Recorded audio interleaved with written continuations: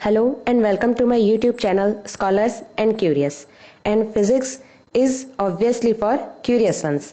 मैं मोनिका श्रीवास्तव आज आप सभी के लिए लेकर आई हूँ नेशनल लेवल की वेरियस एग्जाम्स में आए हुए थर्मोडायनेमिक्स के कुछ क्वेश्चंस जो बार बार पूछे जाते हैं और उन्हें सॉल्व करने की tricks and easy problem solving methods. तो चलिए आज का हमारा वीडियो लेक्चर शुरू करते हैं क्वेश्चन नंबर 1 के साथ। And our question number 1 is the differentials of point functions are option A perfect differentials, B exact differentials, C all of the mentioned and D none of the mentioned.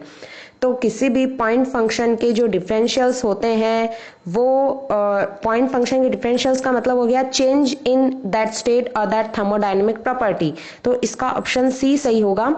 Explanation देखिए friends, change in thermodynamic properties independent of path and depends on your initial and final states of the system. ये हमने previous lectures में पढ़ा है। चलिए question 2 की बात कर लेते हैं।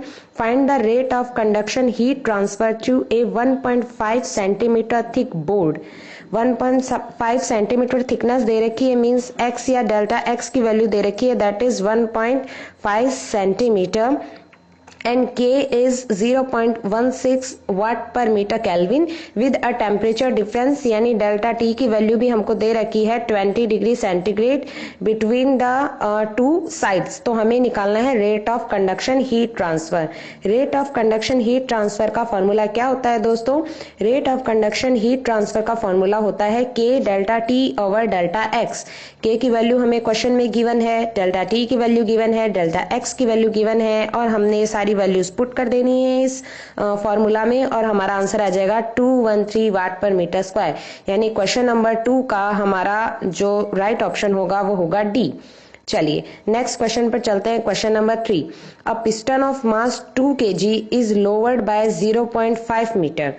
एक 2 kg मास का पिस्टन 0.5 मीटर से प्रेस किया जाता है और नीचे की तरफ जाता है। Find the work involved in the process. तो वर्क निकालने के लिए मैं आपको कई बार बता चुकी हूँ, ये फॉर्मूला होता है integral F dot D x. And F D x की वैल्यू हमें दे रखी है 0.5 मीटर, बट एफ हमें पता नहीं है हमें, लेकिन ये जरूर पता है कि F equals to mass into acceleration या M G mass into gravitational acceleration.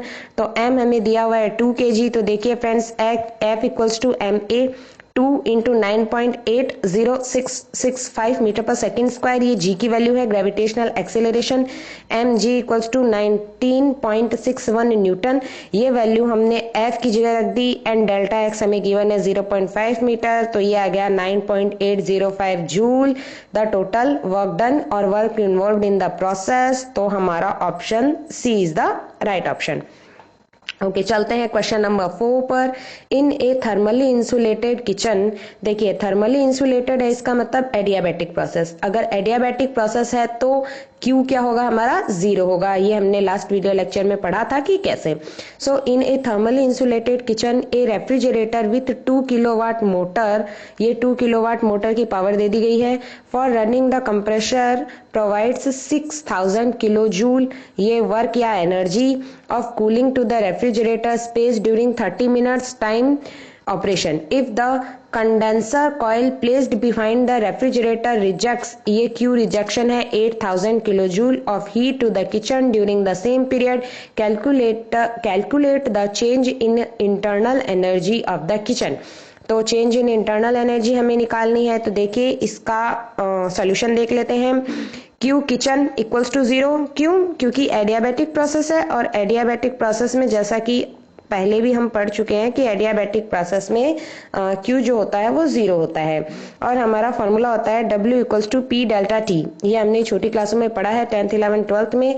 तो W electrical equals to minus P delta T, P की वैल्यू लिख दीजिए डेल्टा T हमें दे रखा है मिनट्स में, इसको हम सेकंड्स में कन्वर्ट कर लेंगे जस्ट सेकंड 60 से मल्टीप्लाई करके, और ये हमारा आ गया W electrical -3600 kilo joule.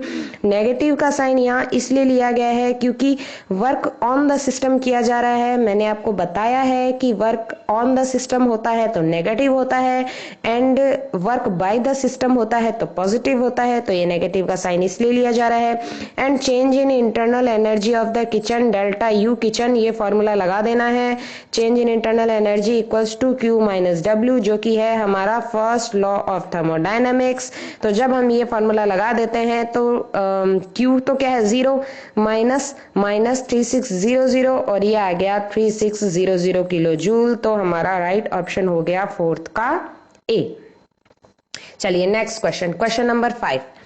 Air at a constant pressure in a piston cylinder is at 300 Kelvin, 300 kilopascal and V equals to 0.1 meter cube।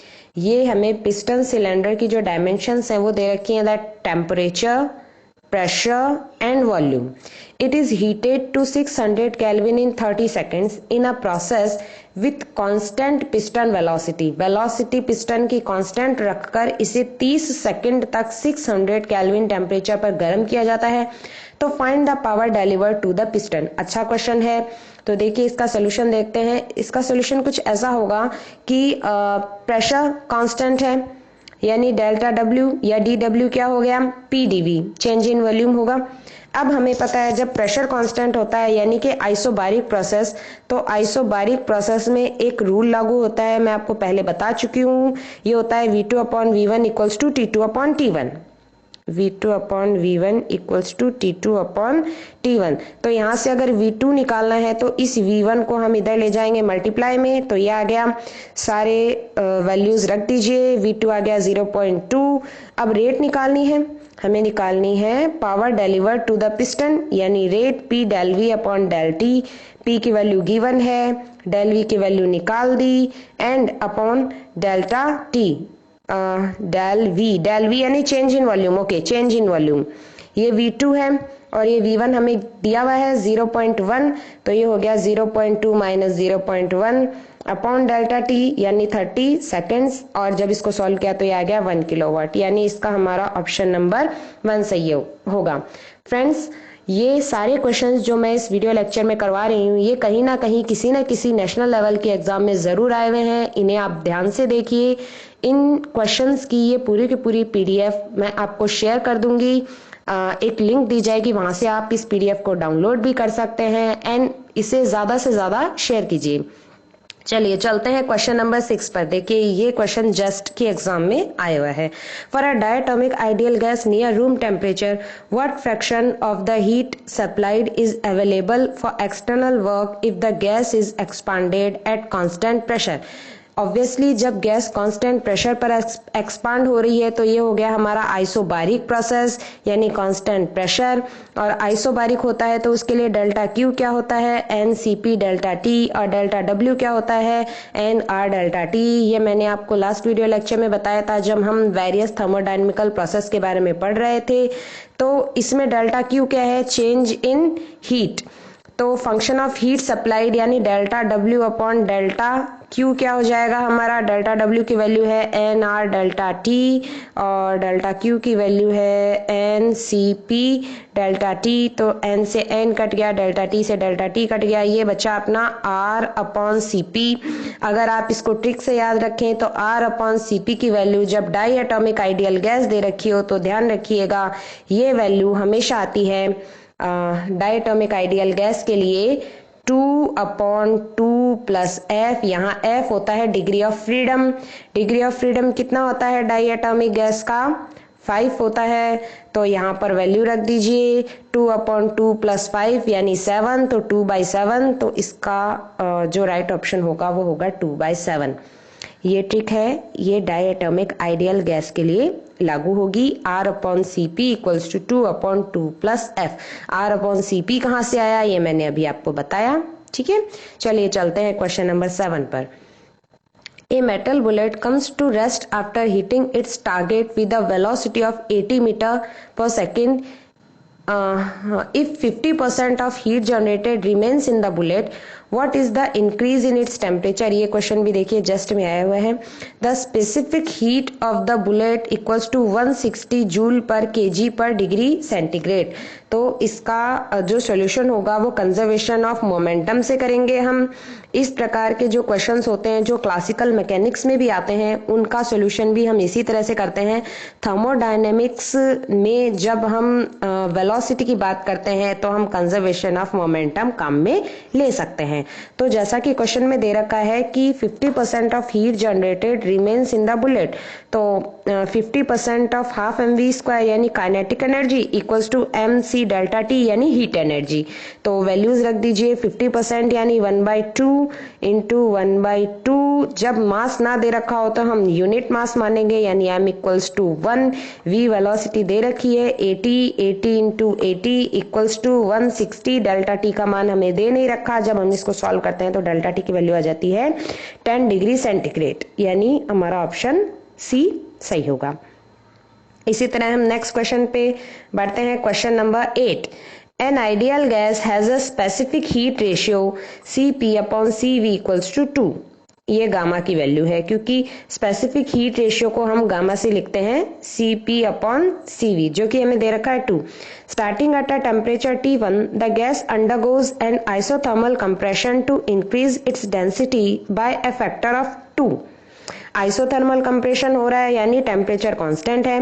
After this an adiabatic compression increases its pressure by a factor 2। सबसे पहले isothermal compression इसकी density को बढ़ा देता है, दुगनी कर देता है। फिर एडियाबैटिक कंप्रेशन इसका प्रेशर बढ़ाकर दुगना कर देता है। तो the temperature of the gas at the end of the second process would be. तो स्टूडेंट्स एंड फ्रेंड्स, ये क्वेश्चन भी जस्ट में आया हुआ है। अच्छा क्वेश्चन है, ऐसे क्वेश्चंस बार बार पूछे जाते हैं। क्वेश्चन आपको समझ में आ गया होगा। चलिए इसका सॉल्यूशन देख लेते हैं। ये ऑप्शंस हैं और इसका सॉल्यूशन होगा आइसोथर्मल प्रोसेस यानी T equals to T1 is constant. Adiabatic process हम मान लेते हैं कि A पॉइंट पर स्टार्ट होती है और B पॉइंट तक जाती है, यानी P1 T1 से P2 T2 तक। एडियाबैटिक प्रोसेस में ये फॉर्मूला हम लगाते हैं P की पावर 1 माइनस गामा T की power gamma equals to constant. तो P1 1 minus gamma T1 gamma equals to P2 1 minus gamma T2 gamma. Adiabatic process के लिए फॉर्मूला हम पहले भी कर चुके हैं। यहाँ से T2 की वैल्यू निकाल लीजिए। T2 आ गया इतना। T2 की वैल्यू को जब हम सॉल्व किया, हमें गामा की वैल्यू दे रखी है 2। न्यूमेरिक वैल्यूज रख दीजिए और ये आ गया हमारा relation T2 equals to √2T1, यानी जो हमारा ऑप्शन बी होगा वो सही होगा। चलिए 9th क्वेश्चन की तरफ बढ़ते हैं। Consider the transition of liquid water to system as water boils at a temperature of 100 degree centigrade under a pressure of 1 atmosphere. Which of the following quantities doesn't change discontinuously at the transition? हमें बताना है कि इनमें से कौन सी quantity transition के दौरान डिसकंटिन्यूअसली change नहीं होती है। ये क्वेश्चन नेट जेआरएफ में आया हुआ है और मैं आपको बता दूं कि ये क्वेश्चन नेट जेआरएफ में 2 बार पूछा गया है, 2 अलग अलग सालों में। तो देखिए इसका आंसर होगा सॉल्यूशन ए यानी इंटरनल एनर्जी। और इसकी एक्सप्लेनेशन है कि in first order transition Gibbs free energy, internal energy नहीं, option A is Gibbs free energy.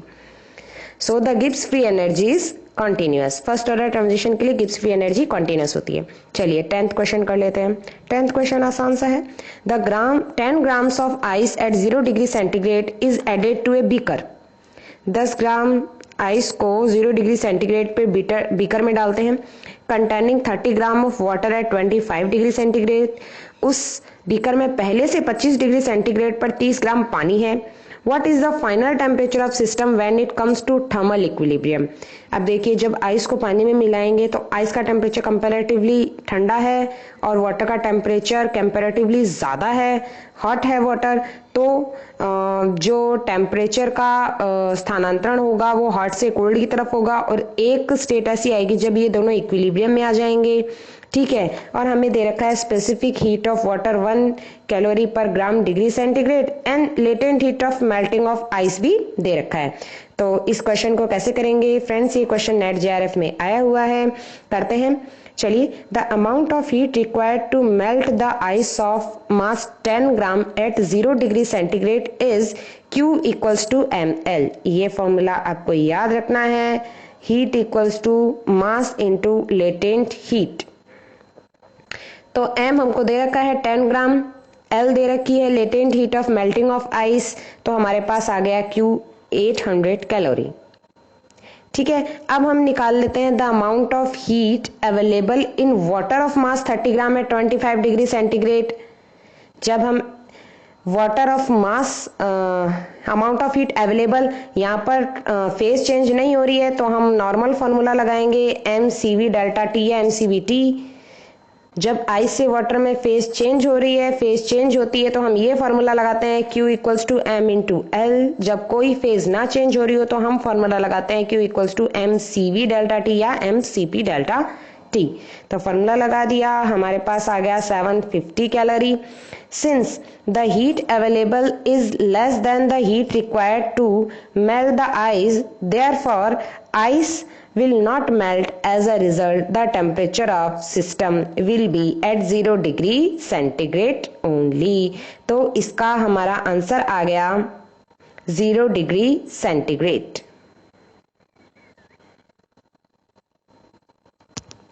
चलिए 11th, in low density oxygen gas at low temperature only the translational and rotational modes of molecules are excited। Translational और rotational दो ही oxygen gas के molecule को excite कर रही हैं।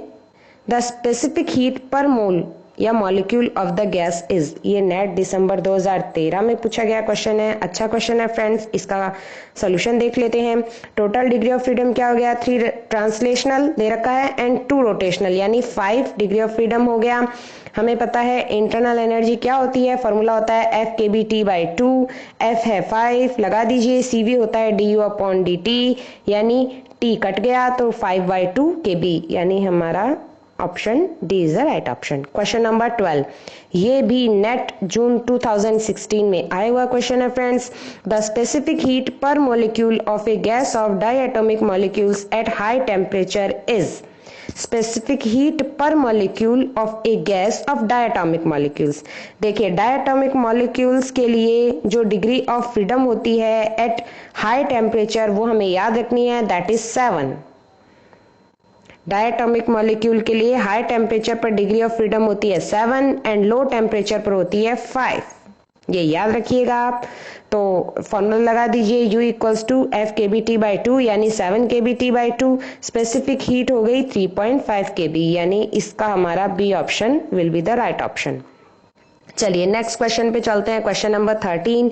ये question दोस्तों RUMSC एंट्रेंस 2014 में आया हुआ है।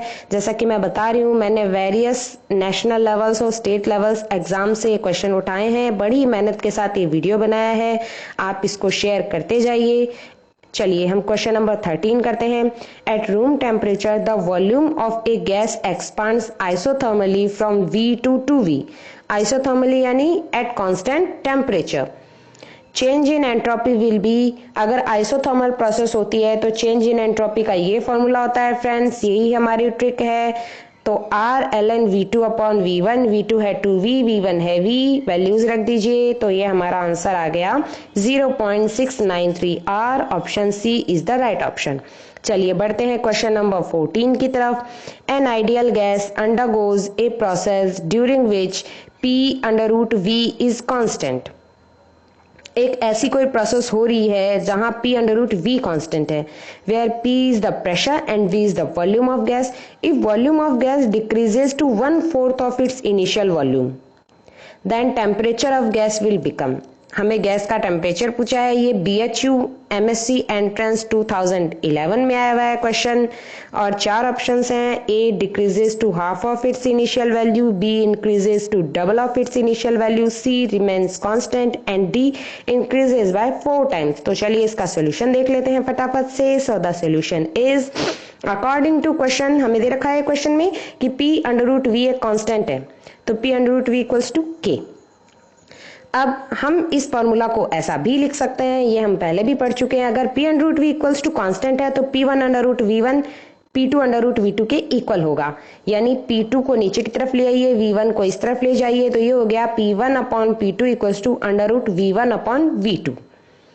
अब देखिए क्वेश्चन में ऐसा बोला है कि volume of gas decreases to 1/4 of its initial value. Gas का जो वॉल्यूम है वो इनिशियल वैल्यू का 1/4 हो गया। तो इनिशियल वैल्यू अगर V1 है तो जो हमारा V2 है वो क्या हो गया, V1/4। तो वैल्यूज रख दीजिए।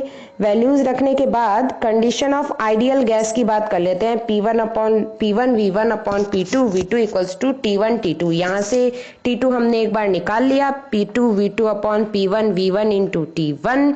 तो T2 में देखिए जो यहाँ से हमने एक रिलेशन निकाला था उसको यहाँ पुट कर दिया है। T2 की वैल्यू आ गई है T1/2, यानी हमारा जो ऑप्शन होगा वो होगा decreases to half of its initial value। Option A will be the right option।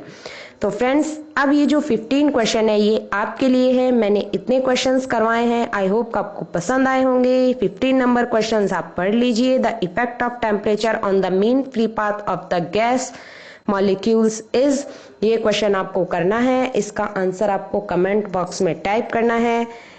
मेरे इस वीडियो को लाइक कीजिए, सब्सक्राइब कीजिए एंड शेयर कीजिए। Stay home, stay safe. मैं मोनिका श्रीवास्तव आप सभी का फिर से धन्यवाद देती हूँ। Thank you.